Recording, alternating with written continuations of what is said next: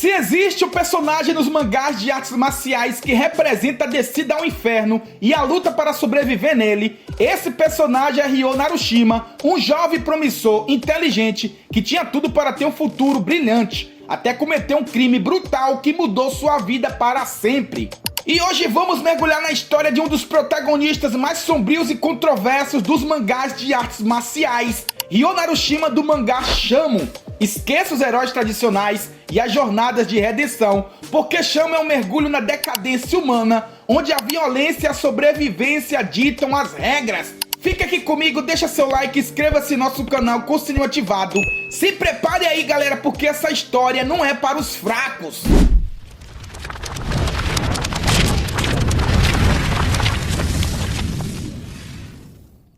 Muito bem, galerinha massa, voltei aqui, maninhos e maninhas. Que mangá insano é esse? Que história incrível é essa do Narushima Ryo? Eu só peço que você fique até o final. Eu tenho certeza que você não vai se arrepender, galera. Quem não conhece essa obra, lá vai uma excelente indicação aqui do nosso canal Clanfeng Animes. Agora chega de enrolações, prepare-se porque essa história começa de um jeito brutal e perturbador. Logo nas primeiras páginas do mangá, somos recebidos por uma frase enigmática e sombria. Abre aspas. O verão em meus 16 anos. Fecha aspas. E então, sem aviso, o horror se desenrola diante dos nossos olhos. A próxima imagem é uma faca ensanguentada, com sangue escorrendo lentamente, pingando no chão. Em seguida, o painel se expande e revela um jovem segurando a arma na sala de uma casa. Seus olhos estão fixos no vazio, enquanto sua respiração pesada ecoa no silêncio mortal da cena. O chão ao seu redor está tingido de vermelho e ali, caídos sem vida, estão os corpos de um homem e de uma mulher, seus pais. Mas o choque não para por aí. Mais atrás, encolhida no chão, uma garotinha observa tudo com os olhos arregalados de puro terror. O medo paralisa seu corpo e ela mal consegue respirar diante da carnificina diante dela. Esse garoto que segura a faca, cercado por morte e desespero, é Narushima Ryo. E hoje vamos mergulhar na sua história sombria e brutal. Mas, como foi o início de tudo, eu preciso ir para o capítulo de número 4, onde nos mostra do início de toda essa cena brutal. Era uma cena comum do dia a dia. O pai, um dos profissionais de elite, sentado no sofá e lendo o jornal. Como todo dia normal, a mãe conversava com a sua filha que estava sentada sobre a mesa. Eram duas lindas mulheres. Só que do outro lado dessa cena, o filho mais velho, com 16 anos, estudante de uma renomada escola particular, um jovem brilhante que não teria problemas em entrar para a Universidade de Tóquio. Ele prepara a faca, sua mente nesse momento pirou. Ele desce as escadas loucamente com um único objetivo. Seu pai, mãe, irmã e até o cachorro se assusta com o episódio. Eles olhavam atentamente para o garoto que descia as escadas loucamente. Então, ele não parava de golpear com a faca. Seu primeiro alvo foi seu pai. Um corte certeiro no rosto, o óculos voava diante da brutalidade de Ryo. No chão ele pegava seu pai, facadas e mais facadas eram desferidos. A mãe, filho e cachorro olhavam assustados, enquanto sua mãe partia chorando e gritando para cima de seu esposo. Ryo Narushima esfaqueia também a sua mãe. A imprensa deu grande destaque para essa tragédia, um assassinato sangrento dos próprios pais. Esse ato foi um símbolo de problemas no sistema de educação e de bullying e delinquência. Essa história teve tanta repercussão a ponto de mostrar a foto do acusado, Narushima Ryo, em todos os jornais.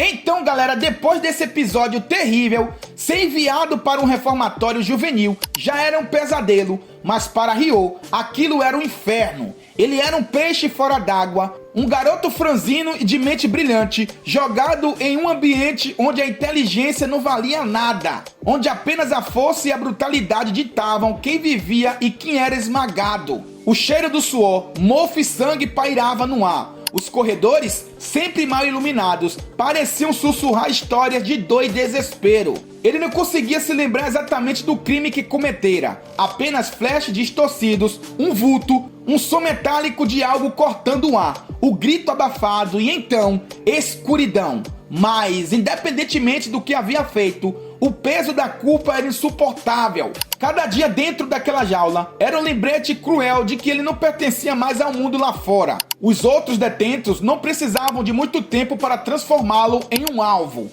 Para eles, ele era uma aberração, um monstro que sequer merecia estar vivo.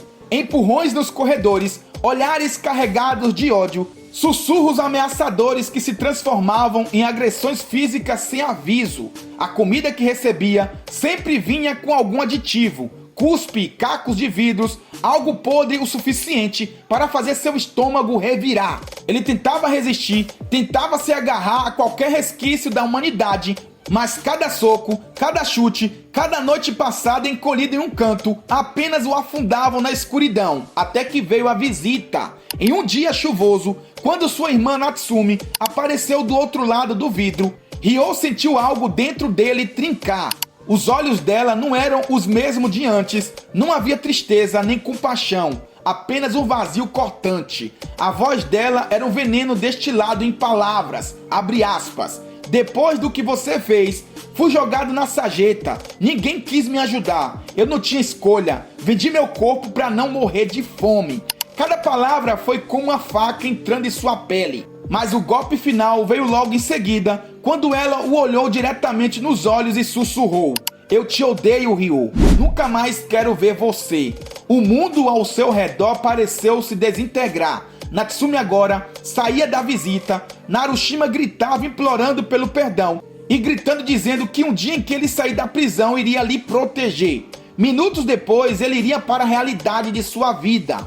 Naquela cela fedida, cercado por demônios de carne e osso, Ryo percebeu que algo dentro dele havia sido destruído para sempre. Mas, nos escombros de sua antiga alma, algo novo nascia, uma fúria silenciosa, um ódio frio, uma necessidade incontrolável de sobreviver. Os detentos que antes o viam como um rato indefeso ainda não sabiam, mas o monstro estava prestes a despertar.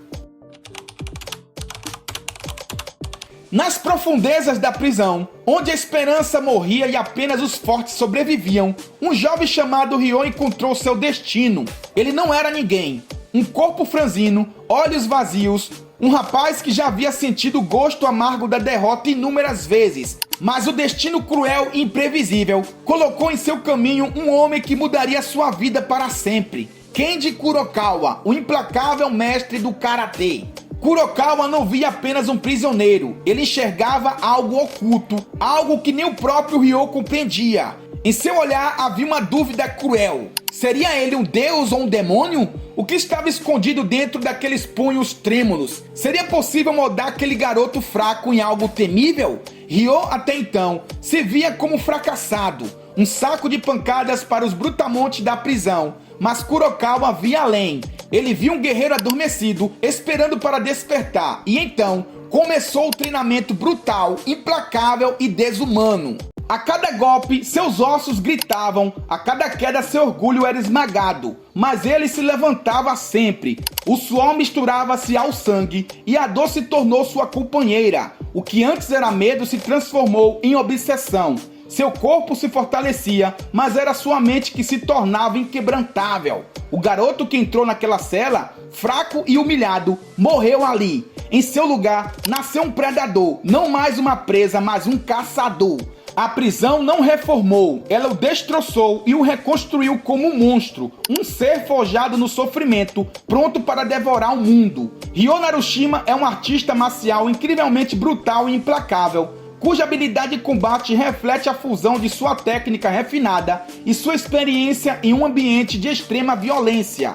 Seu estilo primário de luta, o Banryukai Karate, é uma arte focada na brutalidade e na eficiência, mas Ryo não se limita a um único estilo. Ele expandiu seu repertório ao estudar outras formas de combate, como o Kenpo chinês e as artes marciais mistas, tornando-se um lutador completo e imprevisível. Essa versatilidade e adaptabilidade em seu estilo de luta fazem dele uma ameaça constante, capaz de se ajustar a qualquer situação. O treinamento de Ryo começou de forma nada convencional. Dentro do reformatório, ele foi moldado pela violência e pela necessidade de sobreviver. O reformatório, um lugar brutal e cheio de conflito, serviu como campo de teste onde Ryo desenvolveu suas habilidades. Foi lá que ele encontrou seu primeiro mestre, Kenji Kurokawa, que desde o início percebeu o imenso potencial que Ryo tinha. Kurokawa viu que os punhos de Ryo não eram apenas armas letais, mas estavam imbuídos de uma força quase sobrenatural, algo que ele descreveu como tendo um deus ou diabo dentro dele. Essa força interna não é apenas figurativa,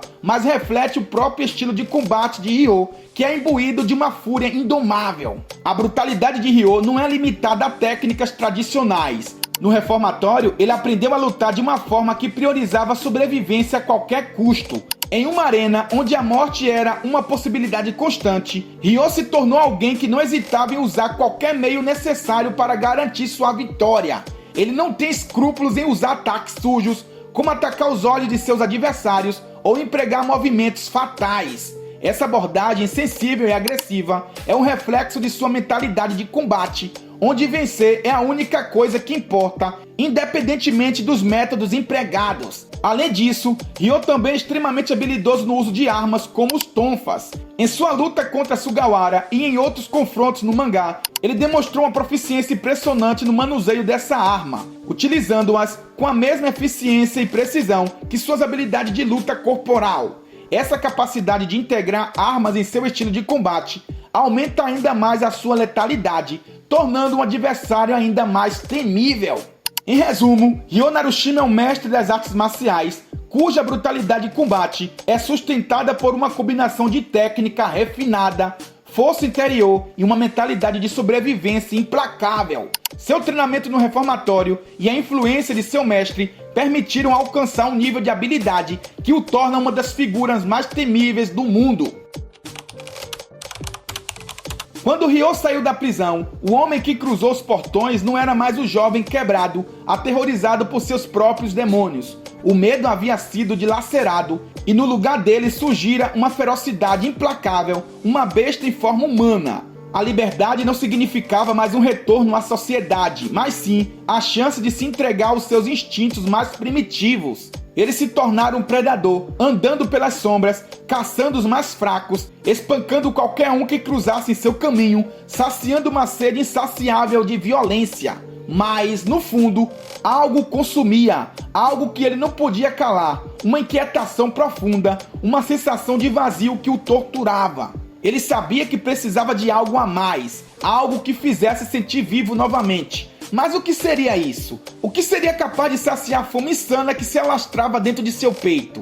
Foi então que ele encontrou seu alvo, Naoto Sugawara, um homem que ressoava com força, uma lenda viva no mundo das artes marciais. Não bastava simplesmente derrotá-lo, Ryo queria mais e muito mais. Ele não queria vencer, ele queria destruir, ele queria quebrar Sugawara, tanto física quanto psicologicamente. Ryo não estava atrás de uma luta honrada ou de um desafio justo. Ele queria aniquilar a existência do homem, apagar sua dignidade e subjugar sua alma. A obsessão tomou conta dele como uma doença incurável. Ele se perdeu no desejo de vingança, na vontade de humilhar, de esmagar tudo que Sugawara representava. E para isso, Ryo não hesitou em cruzar qualquer limite, ignorando até mesmo as fronteiras mais cruéis da moralidade. Ele não enxergava mais o sofrimento como um preço a ser pago, mas como combustível para sua própria ascensão. Foi então que ele cometeu o ato impensável, o abismo de sua própria humanidade. Ele violentou Moemi Funato, a amada de Sugawara, não apenas para destruí-la, mas para atingi-la onde mais doía no coração. Ele sabia que isso não era apenas uma crueldade sem perdão, era um golpe direto no espírito de seu adversário. Era uma tortura meticulosa planejada para quebrar a alma de Sugawara. Mas a verdade que Ryo se recusava a aceitar era que por mais que ele fosse imbatível, por mais que sua sede de destruição parecesse não ter fim, ele estava fadado à rejeição. Aos olhos do mundo, ele sempre seria aquele assassino de paz, aquele que manchou a honra do combate com sua imundície. Ele seria lembrado como um homem sujo, o assassino disfarçado de lutador. Nada do que ele fizesse jamais seria o suficiente para apagar o estigma que o marcava. Mas no final, isso não importava. Ele não queria aprovação, ele não precisava da aceitação de ninguém. O único combustível que ainda queimava dentro dele era a luta seguinte, o próximo alvo, a próxima batalha para provar que sua besta interior estava mais viva do que nunca. Mas e quanto ao crime que o condenou para sempre? O que realmente aconteceu naquela noite fatídica que selou o destino de Ryo Narushima de uma forma irreversível? Durante toda a série, Ryo evita esse tópico com uma destreza que beira o inacreditável. Ele vive como quem carrega o peso de um segredo mortal, como uma sombra que não se apaga, um fantasma que o persegue a cada passo.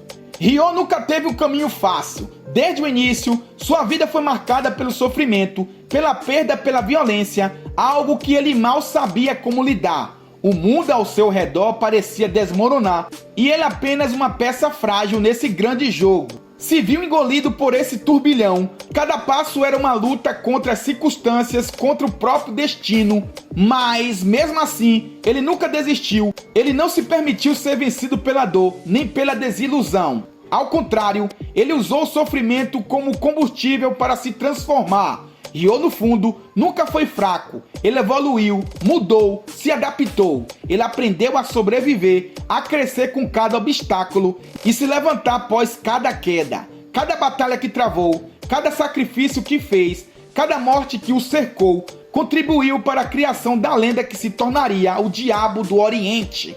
Ele não foi forjado no calor de uma batalha apenas.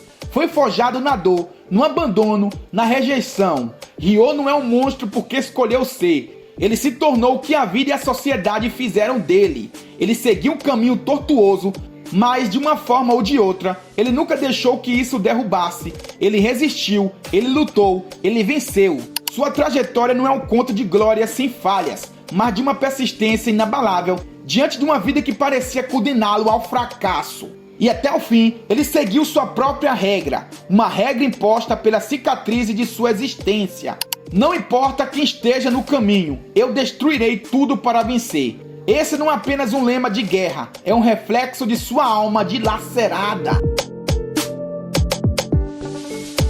E talvez a história de Ryo não seja a mais humana das histórias. A busca pela liberdade, pela identidade e, no final das contas, pela própria redenção de um erro terrível que ele cometeu. Tirar a vida de duas pessoas que o colocou no mundo, seu pai e sua mãe.